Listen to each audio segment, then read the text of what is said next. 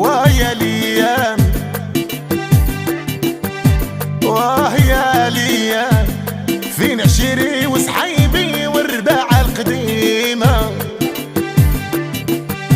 ايام القعدة والقعدة